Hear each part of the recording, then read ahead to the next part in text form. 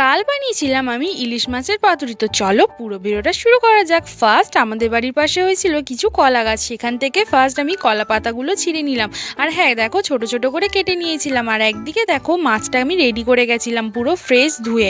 তারপর নুন হলুদ দিয়ে ম্যারিনেশন করে রেখে দিয়েছিলাম। যতক্ষণ ম্যারিনেট হচ্ছিল ততক্ষণ আমি একটু শিলে সর্ষে বেটে নিয়েছিলাম। আর শিলে বাটার মশলা কিন্তু অনেক ভালো খেতে লাগে।